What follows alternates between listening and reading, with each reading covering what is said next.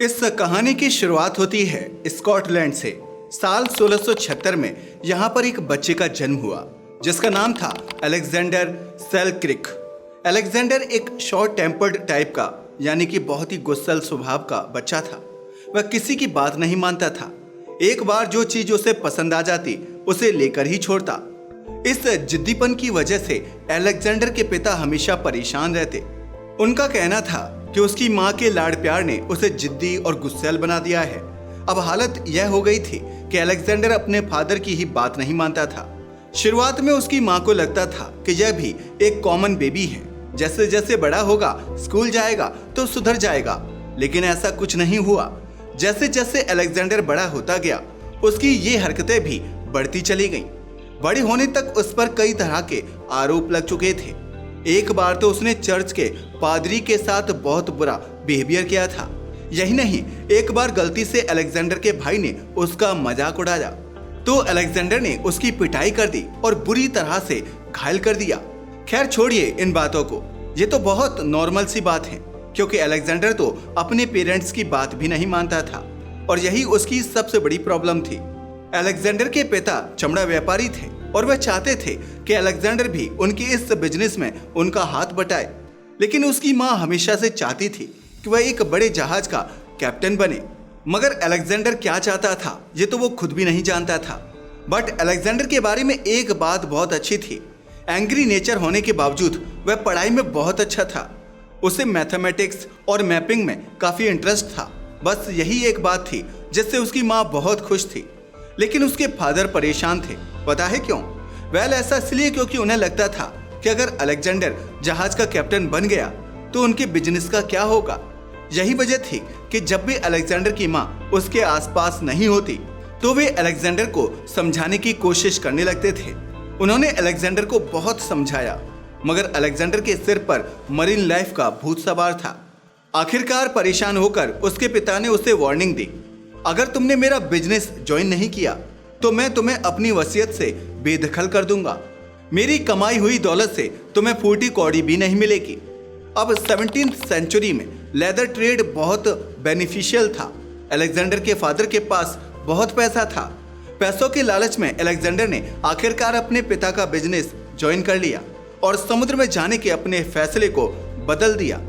मगर अलेक्जेंडर के फ्यूचर में जो हुआ उसे देखकर ऐसा लगता है कि काश अलेक्जेंडर अपने मरीन लाइफ वाले सपने को हमेशा के लिए भूल जाता तो उसमें ही उसकी भलाई थी।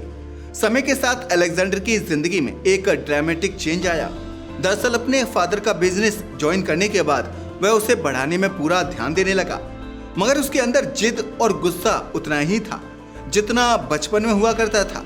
इसी वजह से एक बार उसका झगड़ा चर्च के पादरी से हो गया। अब 17वीं सेंचुरी में चर्च को बहुत माना जाता था और पास्टर यानी कि पादरी को भगवान के समान माना जाता था। ऐसे में कोई उनसे मिसबिहेव करे और पुलिस उसे ऐसे ही जाने दे, यह तो इम्पॉसिबल था। अपनी अरेस्ट के डर से अलेक्जेंडर वहां से फरार हो गया और वापस उस दुनिया में जाने पर मजबूर हो गया जिसे उसने अपने फादर का बिजनेस ज्वाइन करने से पहले छोड़ दिया था, यानी कि मरीन लाइफ। मगर इस बार उसने किसी जहाज को ज्वाइन कर नौकरी करने का डिसीजन नहीं किया, बल्कि वह पायरेट्स के साथ जुड़ गया। आपको बता दें कि पायरेट्स वे लोग होते हैं जो समुद्री जहाज पर चोरी डकैती करते हैं। यानी आप कह सकते हैं कि अलेक्जेंडर अब एक समुद्री लुटेरा बन चुका था। बचपन में हर किसी से झगड़ा करने वाला अलेक्जेंडर अब असल में एक डाकू बन गया था। समुद्री डाकुओं के इस ग्रुप के साथ वह कई सालों तक जुड़ा रहा, मगर एक दिन ऐसा आया जब उसने यह ग्रुप छोड़ दिया। लेकिन इतने समय तक उनके साथ रहने के कारण वह एक स्किलफुल सेलर बन चुका था। अब उसे जहाज चलाने से लेकर समुद्र में लंबे समय तक रहने का भी अच्छा एक्सपीरियंस हो गया था। जैसे ही उसने यह ग्रुप छोड़ा उसने एक प्राइवेट नेवी कंपनी में सोल्जर के तौर पर नौकरी शुरू कर दी। यह कंपनी इंग्लैंड की थी और यह स्पेन के अगेंस्ट काम करती थी। हालांकि यहाँ भी अलेक्जेंडर एक डाकू की तरह ही काम कर रहा था। दरअसल इंग्लैंड की यह कंपनी स्पेनिश जहाजों को नुकसान पहुंचाने के लिए नई नई तरकीबें अपनाती थी, मगर अलेक्जेंडर इन तरकीबों को पहले ही लीक कर देता था। इसके चलते एक बार स्पेनिश जहाज ने इंग्लैंड के जहाज पर हमला कर दिया, जिससे कैप्टन विलियम और कैप्टन थॉमस के जहाजों को भी भारी नुकसान हुआ। लेकिन इस हमले के बाद दोनों कैप्टन ने एक दूसरे को ही ब्लेम करना शुरू कर दिया जब यह कंट्रोवर्सी हद से ज्यादा बढ़ गई तो उन्होंने अपने अपने जहाज को अलग अलग दिशाओं में ले जाने का फैसला किया। कुछ सैनिकों ने इस फैसले का विरोध किया, लेकिन जब दोनों कैप्टन नहीं माने तो सैनिक दो गुटों में बंट गए। कुछ सैनिक कैप्टन विलियम के जहाज पर चले गए, जबकि बाकी कैप्टन थॉमस के साथ रह गए। अलेक्जेंडर ने कैप्टन थॉमस के साथ जाने का फैसला किया। कैप्टन थॉमस के जहाज को ज्यादा नुकसान हुआ था, जिसे रिपेयर की जरूरत थी, इसलिए इसे 50 किलोमीटर के क्षेत्र में फैले मास से टिएरा आइलैंड पर ले जाया गया। यह आइलैंड चिली से लगभग 700 किलोमीटर दूर था। यह ग्रीन आइलैंड था और लकड़ी से बने जहाज को ठीक करने के लिए यहाँ पर्याप्त रिसोर्सेस अवेलेबल थे। इसलिए कैप्टन थॉमस ने जहाज का लंगर डालकर इसकी रिपेयरिंग का काम शुरू कर दिया। इसी दौरान अलेक्जेंडर ने देखा कि कैप्टन थॉमस वर्कर्स के साथ रूड बिहेव कर रहे हैं। वह जहाज पर मौजूद लोगों से गाली गलौज कर रहे थे। उन्हें जहाज को जल्दी से जल्दी ठीक करवाना था, भले ही वह अच्छी तरह से रिपेयर हुआ हो या नहीं। थॉमस चाहते थे कि जहाज बस किसी तरह से चलने लायक बन जाए ताकि जल्द से जल्द स्पेनिश जहाजों पर हमला किया जा सके, मगर अलेक्जेंडर को यह बिल्कुल पसंद नहीं आया। उसे लग रहा था कि जहाज को सही से रिपेयर करने की जरूरत है। गुस्से में आकर अलेक्जेंडर ने कह दिया, यह जहाज चलने लायक नहीं है और मैं इस पर नहीं जाऊंगा। यह सुनकर कैप्टन थॉमस भड़क गए। उन्होंने अलेक्जेंडर से कहा, अगर तुम्हें नहीं जाना तो यहीं रहो। इसके बाद थॉमस ने अलेक्जेंडर का सामान जहाज से नीचे फेंकवा दिया और उसे वहीं छोड़कर अपने बाकी साथियों के साथ चले गए। जहाज पर मौजूद सभी लोग अलेक्जेंडर पर हंस रहे थे। अलेक्जेंडर ने अपना सामान उठाया और आइलैंड के किनारे पर आ गया। शुरुआत में तो उसे लगा कि शायद कैप्टन थॉमस मजाक कर रहे हैं, थोड़ी देर में ही वे उसे बुला लेंगे, लेकिन थॉमस मजाक के मूड में नहीं थे। वे अपने जहाज के साथ चले गए और अलेक्जेंडर इस निर्जन आइलैंड पर अकेला रह गया। उसके पास केवल और केवल एक बॉक्स था, इसके अलावा कुछ भी नहीं। अगर इस बॉक्स की बात की जाए तो उसके बॉक्स में एक चाकू, कुल्हाड़ी और कुछ जरूरी सामान था। अगस्त का महीना था और रात को तेज बारिश हुई। जैसे ही अगली सुबह सूरज निकला, अलेक्जेंडर को समझ आ गया कि अब उसे कोई लेने नहीं आएगा। उसे इस आइलैंड पर अकेले ही रहना होगा, मगर कैसे? वहां कैसे रहेगा, यह तो वो भी नहीं जानता था। वैसे अब अलेक्जेंडर के पास दो ही रास्ते थे, या तो वह इस आइलैंड पर जीना सीख ले या फिर वह अपना जीवन खत्म कर ले। अलेक्जेंडर ने जीने का फैसला किया। अलेक्जेंडर के पास कई जरूरी रिसोर्सेज थे जिनकी मदद से वह हंटिंग कर सकता था और अपना खाना बना सकता था। इस तरह दिन, हफ्ते और फिर महीने बीत गए। अगस्त से अक्टूबर आ गया।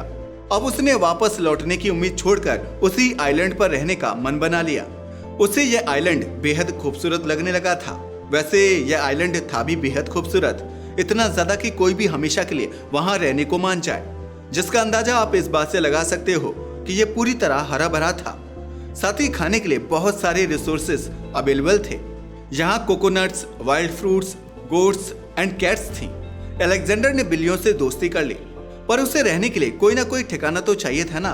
वह दिन भर आइलैंड पर घूम सकता था, लेकिन रात गुजारने के लिए कोई ना कोई आशियाना तो हर किसी को चाहिए होता है। और जबकि अब तो उसे यकीन हो गया था कि परमानेंट बेसिस पर उसे यहीं रहना होगा, तो यहाँ रहने के लिए उसने कुछ पेड़ काटे और कई दिनों की मेहनत के बाद एक झोपड़ी बनाई। सब कुछ सही था, मगर एक समस्या थी और वह थे चूहे। दरअसल इस आइलैंड पर बहुत सारे चूहे थे। यही वजह थी कि चूहे उसकी झोपड़ी में घुस जाते थे और उसका सामान कुतर देते थे। तभी अलेक्जेंडर को अपनी बिल्लियों की इम्पोर्टेंस समझ आई। उसने बिल्लियों को झोपड़ी में रखना शुरू कर दिया ताकि वे चूहों को अंदर आने से रोक सके। इस तरह मासूम जानवरों के साथ दोस्ती करके रहने में अलेक्जेंडर को मजा आने लगा। उसे ऐसा लगने लगा कि ये चूहे और बिल्लियां उसके दोस्त हैं और वह इस आइलैंड का राजा है, क्योंकि उसके अलावा वहां कोई दूसरा इंसान नहीं था। सब कुछ अच्छा चल रहा था। अब तो अलेक्जेंडर ने इस आइलैंड को ही अपना घर मान लिया था। मगर एक दिन एक पहाड़ी से अलेक्जेंडर का पैर फिसल गया, जिससे उसकी कुछ पसलियां टूट गईं। अलेक्जेंडर उस जगह से उठ भी नहीं पा रहा था, जिसकी वजह से वह कई दिनों तक भूखा ही पड़ा रहा। हालांकि कुछ दिनों में वह ठीक हो गया और उसने फिर से अपना खाना बनाना शुरू कर दिया। लेकिन अब उसे अपने घर की बहुत याद आने लगी थी, क्योंकि इस आइलैंड पर अकेले रहते रहते उसे 3 साल हो चुके थे। मगर इसके बावजूद भी उसे इस बात का इंतजार रहता था कि कब कोई जहाज आएगा और वह अपने घर लौट सकेगा। अलेक्जेंडर का यह इंतजार लगभग खत्म होने वाला था, क्योंकि उसने एक समुद्री जहाज को आइलैंड की तरफ आते हुए देखा। जहाज आइलैंड के पास रुका और उसने अपना लंगर डाल दिया। अलेक्जेंडर यह देखकर बहुत खुश हुआ, लेकिन अचानक उसकी नजर जहाज पर लगे फ्लैग पर पड़ी, जिसे देखकर उसकी खुशी कुछ ही सेकंड में निराशा में बदल गई, क्योंकि यह जहाज स्पेनिश लोगों का था। अभी कुछ देर पहले तक अलेक्जेंडर अपनी कंट्री लौटने के सपने देख रहा था, लेकिन अब इस फ्लैग ने उसकी सारी उम्मीदों पर पानी फेर दिया। हमें पता है, अब आप सोच रहे होंगे कि आखिर ऐसा क्यों। ऐसा इसलिए क्योंकि उसे पता था कि उसके संदूक में रखे सामान से, उसकी लैंग्वेज और बातचीत से स्पेनिश लोग तुरंत समझ जाएंगे कि वह एनिमी कंट्री का आदमी है और फिर वे उसे जिंदा नहीं छोड़ेंगे। घर ले जाना तो छोड़ो, वह यहाँ रहने के लायक भी नहीं बचेगा। इसलिए अलेक्जेंडर ने आइलैंड छोड़कर भागने का फैसला किया, लेकिन अफसोस स्पेनिश लोगों की नजर उस पर पड़ गई। उन्होंने अलेक्जेंडर पर गोली चलानी शुरू कर दी, लेकिन उसकी किस्मत अच्छी थी, इसलिए अलेक्जेंडर बाल बाल बचकर भाग निकला। अलेक्जेंडर को इस आइलैंड पर 3 साल से ज्यादा का समय हो गया था, इसलिए वह यहाँ के हर कोने को अच्छे से जानता था। शायद इसी वजह से स्पेनिश लोग उसे ढूंढ नहीं पाए। आखिर में जब स्पेनिश लोगों को अलेक्जेंडर नहीं मिला तो उन्होंने उसकी सारी बकरियों को अपने जहाज में चढ़ाया और वहां से लौट गए। अब अपने देश लौटने के लिए अलेक्जेंडर को एक और जहाज का इंतजार करना पड़ा, मगर उसका ये इंतजार कुछ हफ्तों या महीनों का नहीं था, बल्कि 4 सालों का होने वाला था, क्योंकि लगभग 4 साल के बाद एक जहाज वहां आया जिसने अलेक्जेंडर को उसे अपनी कंट्री स्कॉटलैंड में सही सलामत पहुंचाया था। अगर आप इस कहानी को सोचकर ये मान रहे हैं कि उस दिन अलेक्जेंडर ने कैप्टन थॉमस को जो बातें बोली वह नहीं बोलता तो वह भी उनके साथ आइलैंड पार कर अपनी कंट्री लौट गया होता, लेकिन यह सिर्फ कहानी का एक ही पहलू है। अगर आप दूसरा पहलू देखेंगे तो आपको महसूस होगा कि शायद अलेक्जेंडर का जहाज पर ना जाना ही उसके लिए बेहतर था। जब कैप्टन थॉमस अलेक्जेंडर को आइलैंड पर छोड़कर आगे बढ़े तो उन्हें एहसास हुआ कि अलेक्जेंडर सही कह रहा था। जहाज की हालत वाकई बहुत खराब थी। जैसे तैसे करके उन्होंने जहाज को कोलंबिया के तट पर पहुंचाया, लेकिन वहां स्पेनिश सेना का कब्जा था। जैसे ही कैप्टन थॉमस और उनके साथी कोलंबिया के तट पर पहुंचे, स्पेनिश सैनिकों ने उन्हें पकड़ लिया। फिर उन्हें बंधक बनाकर पेरू भेज दिया गया। वहां उनसे जिंदगी भर कोयले की खदानों में मजदूरी कराई गई। भूख और कमजोरी की वजह से एक एक करके सभी की मौत हो गई। अब सोचिए, भले ही अलेक्जेंडर आइलैंड पर अकेला था, लेकिन वह सुरक्षित था। उसे भूख और कमजोरी जैसी तकलीफें नहीं झेलनी पड़ी। लेकिन फिर भी एक वीरान आइलैंड पर अकेले 4 साल बिताना कोई छोटी बात नहीं थी। वैसे इस पूरे इंसिडेंट के बारे में आपकी क्या राय है, हमें कमेंट करके जरूर बताइएगा। साथ ही अगर आपको वीडियो पसंद आई हो तो उसे लाइक करें और हमारे चैनल को सब्सक्राइब करना ना भूलें। धन्यवाद।